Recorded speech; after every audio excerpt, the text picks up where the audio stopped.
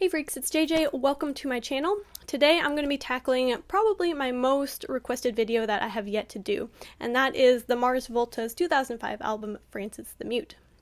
So, now, ever since I started listening to the Mars Volta, thank you, by the way, to a friend of mine who introduced me to them. You know who you are. I've seriously fallen in love with this band, and they just keep climbing higher in my, favorite list of bands. So, anyway, some background on this album before we get started.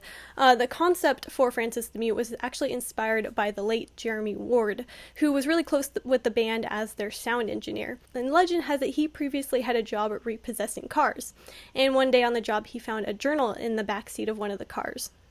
So upon reading it, he learned that he and the writer actually had a lot in common, namely that, they were both adopted and they had both been searching for their birth parents.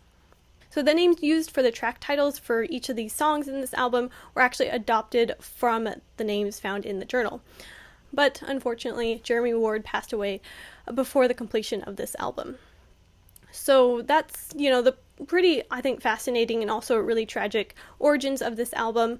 I've come through a lot of different theories online from different, fan forums and such, and I've seen a lot of different interpretations of this album. But I think you'll find my take on this is going to differ quite a bit from what others have put together. And I think that's part of the fun of this album is you get to interpret it in whatever way you see fit. So my version of the story is mostly based on my interpretation of the lyrics, but I am also a writer, of course, and so I definitely just kind of let my writer brain go to town with this one. And I just kind of creatively filled in the gaps in the story. So all that to say, make sure you hit subscribe if you haven't already. Anyway, without much further ado, here is my creative take on Francis the Mute. Track 1, Cygnus, Vismund, Cygnus. So here we are first introduced to our main protagonist of the story, Vismund Cygnus. And now Vismund, I know most people refer to him as Cygnus, when I've read all these forums of different ideas on how this album is interpreted, but I like to think that Vismund and I are on a first name basis, so I'm going to refer to him as Vismund. Anyway, Vismund is a pretty troubled character. He's a tortured soul who's lived a pretty tough life. He was born with a birth defect that takes up a pretty large portion of his face, and he also suffers from some sort of mental illness as well. And so he's had a very difficult childhood, and that's definitely carried over into his adult life, and so he has become addicted to heroin. So, and I like to kind of imagine the beginning of this track opening on a funeral scene. And so Vismund is staring down at his mother's corpse. His adopted mother, that is. Her name is Frances, to be more specific, but that will come into play a little bit later. Vismund is at his mother's funeral, or wake, and he is, mourning Frances's death, whilst also trying to fight the desire to kind of disappear from the pain by shooting up. So he's beginning to really wish that his mother had told him who his real mother and father were before she died. And so after the funeral, Vismund is just rummaging through Frances's things, and he comes upon a journal. And in that journal, he uncovers some clues as to who, his birth parents might be. He finds a list of names that might end up leading him to his biological mother, who shall go unnamed at this point in time, but I will get there, I promise. But while reading the journal, Vismund discovers that his birth mother tried to abort him, but failed, obviously. So now, pretty enraged by what he's discovered, Vismund now has sort of mixed feelings about wanting to find his birth mother. But he decides he has questions that he needs answers to, and so he decides to embark on this really long road trip to go and track down the names in this journal in search of possibly finding his mother and trying to figure out why she tried to abort him. Track 2, The Widow. So a lot of the theories I read online on fan forums had a lot of different ideas as to who this widow might be. Some people said that she was a prostitute who sought out Vismund to cure her aching heart. Others said that Vismund himself was the prostitute, but in my version of the story, I like to think of the widow as actually being Vismund's father. So Vismund's father, Mr. Cygnus, as I like to call him, was purposefully absent from Frances's funeral owing to him being in extremely poor health, as well as it being too painful for him to actually be there at her funeral, knowing that he is the cause of her death. More on that in a moment. Before Vismund leaves on his journey to track down the names in his mother's journal, he decides to stop by his father's house first. So, despite Vismund's hatred for his father, he kind of needs to know if his father knew about his birth mother and how she tried to abort him. So the scene on this track opens with Mr. Cygnus, and he is really close to death.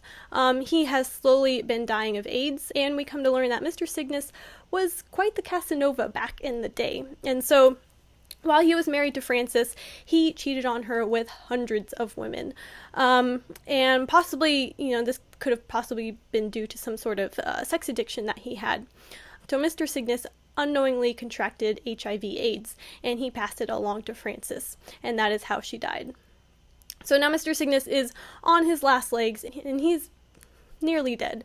After finding out that Frances has died, and it's as a result of what he's done in the past, he really has, no reason to go on anymore. And his only wish is to die himself, because he never actually stopped loving Frances. He always loved her in his own weird, twisted way, and he can't live with himself for being the cause of her death. So Vismund confronts his father on his deathbed and demands to know if he knew about his birth mother and the attempted abortion. Mr. Cygnus doesn't tell Vismund much, but with one of his last breaths, he tells Vismund which name in his mother's journal he should check out first, and then he begs Vismund to put him out of his misery. So Vismund takes some pity on his father, seeing how torn up he is over Frances's death, and he consents to become this sort of angel of death, and he takes Mr. Cygnus's life. Track 3, La Via Laviaques. I'm probably saying that wrong. Sorry. Anyway, first off, I'd like to say that I love this track so much, and I would honestly have no complaints if this entire album were in Spanish, because the way Cedric sings it is so beautiful and sexy. Definitely sexy. Anyway, back on track. So Vismund tracks down this woman named Via, but she's actually changed her name to Viaques when she went into hiding. So at first, Vismund thinks that maybe this could be his mother, but then he finds out that Via is actually his biological aunt. She explains to Vismund that she went into hiding 25 years ago after her sister, Vismund's mother, died. So Vismund's pretty upset to find out that his mother is dead and that he will never actually get to meet her and get to confront her. He asks how she died, but Via refuses to tell him, and she seems pretty paranoid about, whoever's after her might find her if she tells him anything. But Vismund kind of understands that this has something to do with a church, and he discerns that his mother was murdered. But from there, he doesn't get much else out of Livia before she becomes hysterical and suffers a nervous breakdown.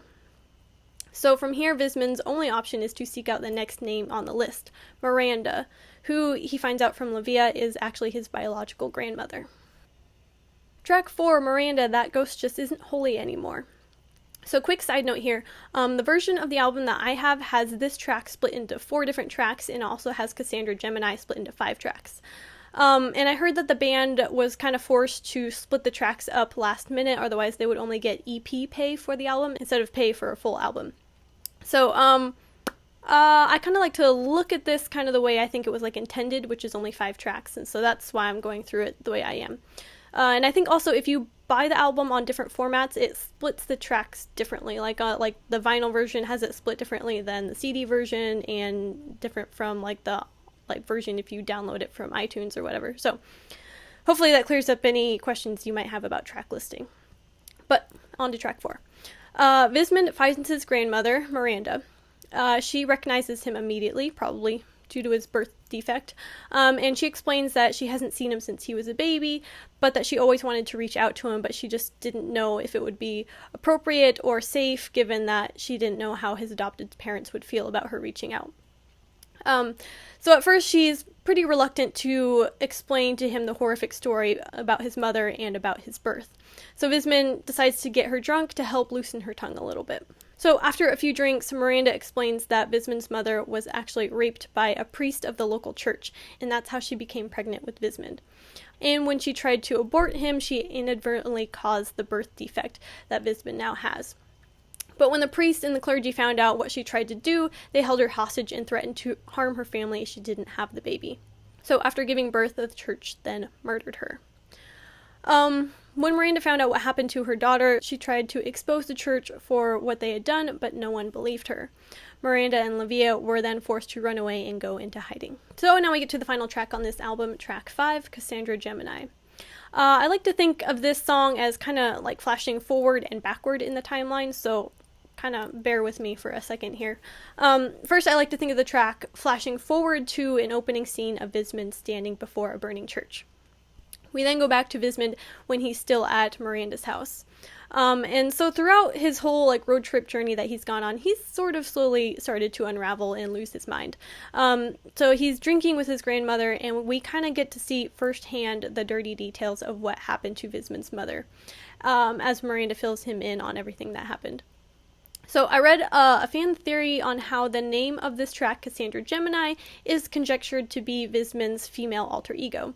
And I thought that was a pretty cool theory, but I personally like to assign the name Cassandra to Vismund's biological mother. Well, like most other theories that I read, like the name they used for his biological mother was Frances. Here in my version, I gave the name Frances to his adopted mother, while I give the name Cassandra to his biological mother. But more on why I chose that in a moment. We then flash back in time to witness Cassandra's life as a member of the church. Now, she was probably very close with the church and likely even a nun at the church. But this church was extremely corrupt in that Cassandra, along with the 25 other nuns at the church, were forced to do sexual favors for the priest and possibly the rest of the clergy. The priest used these women like his sex slaves, and Vismund soon learns that he was a product of the priest's rape, and that is why his mother tried to abort him. Cassandra's sister Livia also attended the church, but when Cassandra confided in her about what was happening, Livia didn't believe her. And it wasn't until the failed abortion and Cassandra's brutal murder that Livia finally witnessed and understood the truth. But by that point, it was too late. Cassandra was dead, and so the only thing that Livia could do was run away. We then come to learn that later the priest and the clergy ended up murdering the rest of the 25 nuns by drowning them in the lake. And by this point, Vismund has heard enough from his grandmother. He storms out of Miranda's house on a mission for revenge. So he finds a church where his mother was murdered, and he burns it to the ground while everyone is inside. So there he stands, in front of the church as it burns, kind of just like reveling in the scorching justice. And, as he breathes in like the smoke of vengeance, he realizes that his mission is now complete, but now he has nothing left to live for. So Vismund then reaches his breaking point, and by this time he's really just gone insane, and he decides to surrender to a massive dose of heroin in the hopes of joining his mother in death. So there you have it. That wraps up this 5-track epic. And I know my version of the story is going to, differ quite a bit from a lot of other people's renditions of the story. The biggest difference probably being that I assigned the name Frances to Vismund's adopted mother instead of his biological mother. And I did that mostly because I felt like it was more fitting to have his adopted mother be Frances, who is the mute one, in that she never told Vismund the truth about his origins and his birth mother in order to protect him from the truth. Because she probably knew that if he were to learn about what really happened before he was born, that it would be too much for him to handle, and his mind would break from the knowledge, which it in fact did. So thank you so much for listening to my creative and a little bit long-winded take on this album. I read a quote from Cedric that said that when he and Omar were first writing the album, Cedric would just kind of sing a bunch of like gibberish and then later turn that gibberish into actual words. And then Cedric is also kind of known for like making up his own words and just adding things in for like, I guess, like atmospheric effect, I suppose. And so I kind of pointedly decided not to take too many of like the lyrics too literal, and I kind of just really let my imagination run away with this one. So as always, I'd love to hear your guys' opinion on this album. I want to know, what you thought of the story, how you interpreted it, and what you thought of my creative story here. And yeah, I learned actually a lot from all the like comments and links that you guys sent in my other video, Lost in the Comatorium. So thank you so much for like sending all those really cool things to me. I really appreciate them. And if you haven't watched my Lost video, then feel free to do that now. I will link it here, maybe up here. Also, this album does have one bonus track called Francis the Mute that didn't make the cut onto the album but was released later.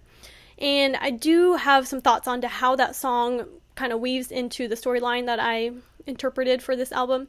And so let me know down in the comments if you'd like to hear about it. Honestly, like as a writer, when I was doing the research for this video, I was like just ready to write a whole like short story for this album.